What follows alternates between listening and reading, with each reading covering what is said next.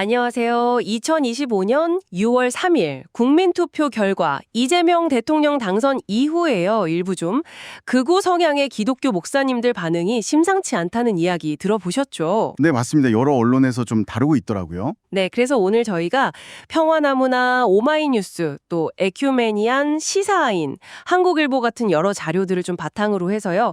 이분들 주장이 구체적으로 뭔지, 이게 그냥 해프닝인지 아니면 좀 더 큰 흐름의 일부인지, 그리고 왜 주류 교계에서는 이런 목소리에 좀 명확하게 선을 긋지 못하는 것처럼 보이는지 한번 깊이 파헤쳐 보겠습니다. 네, 흥미로운 주제가 될 것 같습니다. 자, 우선 평화나무 보도를 좀 보면요. 선거 직후에 나온 발언들이 정말 좀 놀랍습니다. 그 사랑제일교회 전광훈 씨 같은 경우는 이번 결과를 두고 한국교회가 타락했기 때문이다. 그래서 하나님이 징계하시는 거다. 뭐 공산주의와 사회주의 맛을 보게 하시려는 거다. 뭐 이런 주장을 했어요. 네, 그분하고 좀 가까운 김학성 씨라는 분은 한술 더 떴죠. 이재명 대통령을 하나님이 교회를 단련시키려고 쓰는 몽둥이다. 심지어 구약 성경에 나오는 바벨론 제국에 비유하기까지 했더라고요. 몽둥이, 바벨론, 굉장히 강한 표현이네요. 그렇죠.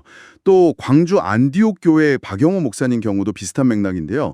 이게 다 목회자들 책임이다. 이러면서 교회에 피바람이 불 거다. 이렇게 경고하고 혁명과 기도를 촉구했다는 내용이 있습니다. 이 고난이 오히려 무언가를 깨트리는 과정이다. 이렇게 해석하기도 하고요. 아, 박 목사님은 또 선거 패배 원인 분석도 내놨군요. 국민들이 계엄이나 경제난의 진짜 이유를 착각했다. 김문수 후보가 너무 타협적이었다. 이런 걸 꼽으면서 김 후보가 너무 빨리 승복 선언한 거 아니냐. 싸워야 하는데 하면서 아쉬워했다는 내용도 있더라고요. 평화나무 보도에 따르면요. 네, 정말 상당히 강경한 입장들을 보이고 있죠. 근데 여기서 좀 흥미로운 지점이라고 할까요? 아니면 좀 우려스러운 지점이라고 할까요? 이런 반응들이 그냥 몇몇 분들의 개인적인 돌출 행동으로만 보기는 좀 어렵다는 분석들이 나오고 있다는 겁니다. 네, 맞습니다. 오마이뉴스 포럼이나 에큐메니안, 시사인 같은 매체들의 분석을 좀 종합해보면요. 이게 한국 사회 그리고 기독교 내부의 어떤 깊은 정치적 양극화, 그 단면을 보여준다는 거죠. 아, 더 큰 그림의 일부라는 말씀이시군요. 그렇죠. 특히 오마이뉴스 포럼에서는 이런 극단주의가 미국 트럼프 지지 세력에서 나타나는 그 신사도주의 영향도 있고 또 한국의 아주 오래된 반공주의 정서 그리고 좀 가부장적인 권위주의 이런 것들이 좀 결합된 결과다. 이렇게 보고 있더라고요. 신사도주의라면 그 미국의 특정 기독교 운동 말씀하시는 거죠? 정치적 영향력 확대도 추구하는? 네, 맞습니다. 그런 흐름과 연결해서 보는 시각이죠. 에큐메니안 같은 경우는 정치나 사회적으로 좀 소외감을 느끼는 분들이 오히려 이런 극우 이념에 더 쉽게 좀 빠져들 수 있다. 이런 지적을 하기도 했고요. 시사이엔 인터뷰 내용을 보면 교회가 가진 그 특유의 조직력 있잖아요. 그리고 성경이라는 아주 강력한 텍스트, 이런 것들이 특정 정치적인 목적, 예를 들면 반공 이데올로기를 퍼뜨린다거나 때로는 특정 집단에 대한 혐오를 동원하는 데 이용될 수 있다는 점도 짚었더라고요. 그렇습니다. 이게 종교적인 언어와 조직이 정치적인 메시지하고 결합될 때 그 파급력이 생각보다 훨씬 클 수 있다는 거죠. 어떻게 보면 신앙의 언어가 현실 정치에 대한 아주 강한 불만을 표출하는 도구가 되는 좀 역설적인 상황이라고 할 수도 있겠습니다. 네. 그렇다면 여기서 이제 많은 분들이 궁금해하시는 지점일 텐데요. 왜 주류 교단이나 대부분의 교회들은 이런 극단적인 주장에 대해서 좀 명확하게 비판을 한다거나 선을 긋는 모습을 잘 보여주지 않는 걸까요? 이게 좀 의문이거든요. 이게 여러 요인이 좀 복합적으로 얽혀 있는 것 같습니다. 시사인 분석 같은 걸 보면요. 일단 역사적인 배경이 있어요. 과로 이승만 정권 시절부터 쭉 이어져 온 국가 권력과 교회의 성장 사이의 어떤 공생관계 같은 거예요. 그리고 한국 사회에 아주 깊이 뿌리내린 반공주의 정서도 큰 배경이고요. 아, 역사적인 맥락이 있군요. 네. 또 하나는 주류 보수교계 목회자들 중에서도 상당수가 극단주의자들이 내세우는 그 목표 자체, 그러니까 진보적인 정치 세력이나 사회 변화에 대한 반감, 이런 거에는 어느 정도 동의하는 분들이 있다는 거죠.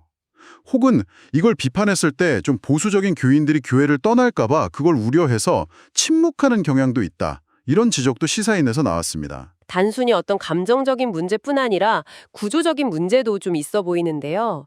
자료들을 보면 교계 내부의 분열에 대한 오랜 두려움이라든지 아니면 자체적인 정화 시스템이 좀 부족하다 이런 지적들도 있던데요. 맞습니다.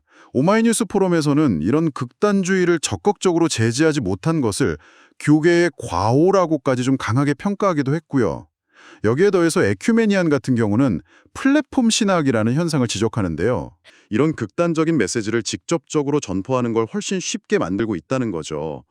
이런 역사적, 정서적, 구조적, 그리고 기술적인 요인들이 다 맞물려서 주류 고개가 좀 효과적으로 대응하기 어려운 그런 상황을 만들고 있는 셈입니다. 결국 이런 상황들이 오마이뉴스가 지적했듯이 교회의 전반적인 사회적 신뢰도를 떨어뜨리고 또 청취자분께서 우려하신 것처럼 신앙의 회의를 느끼거나 아예 교회를 떠나는 교인들이 늘어나는 현상과도 무관하지 않아 보입니다. 네, 안타까운 현실이죠. 하지만 또 종교계 전체가 다 그런 모습만 있는 건 아닙니다. 한국일보 보도를 보면요. 대한불교 조계종 총무원장님이나 한국천주교 주교회의 의장님, 그리고 개신교 주요 연합기관인 한국교회 총연합 대표회장님 같은 주요 종단 지도자들은 공식적으로 이재명 대통령 당선을 축하하면서 사회통합, 국민 화합을 당부하는 메시지를 냈거든요. 아, 그런 다른 목소리도 분명히 있군요. 네, 그렇죠. 종교계 안에서도 분명히 다른 목소리와 접근 방식이 존재한다는 것을 보여주는 대목입니다. 네, 오늘 저희가 살펴본 자료들을 좀 요약해보면 이렇습니다. 일부 극욱 성향 목사님들은 이재명 대통령 당선을 신의 징벌이라거나 혹독한 훈련 과정이다. 이런 식으로 해석하고 있다는 것. 그리고 이건 단순한 몇몇 개인의 문제가 아니라 한국 사회 정치적 양극화가 종교가 좀 복잡하게 얽힌 현상이라는 점. 그리고 주류교계는 여러 이유, 역사적 배경이나 내부 정서, 구조적 한계, 또 새로운 미디어 환경 같은 것들 때문에 이런 극단주의에 효과적으로 대처하는 데 좀 어려움을 겪고 있다는 것입니다. 네, 정확한 요약입니다. 이 자료들은 결국 사회 변화에 대한 어떤 깊은 불안 속에서 종교와 정치가 얼마나 복잡하게 얽힐 수 있는지를 잘 보여주는 것 같아요. 여기서 우리 모두에게 좀 던져지는 질문이 있는 것 같습니다. 오마이뉴스 같은 곳에서 언급된 단호한 결별이나 갱신의 필요성, 이런 것에 비추어 볼 때요. 종교 공동체가 스스로 내부의 극단주의, 특히 신앙의 본질을 왜곡하면서까지 정치적으로 이용하려는 그런 움직임과 어떻게 좀 건강하게 선을 긋고 거리를 둘 수 있을까? 이를 위해서 정말 필요한 것이 무엇일지 한번 깊이 생각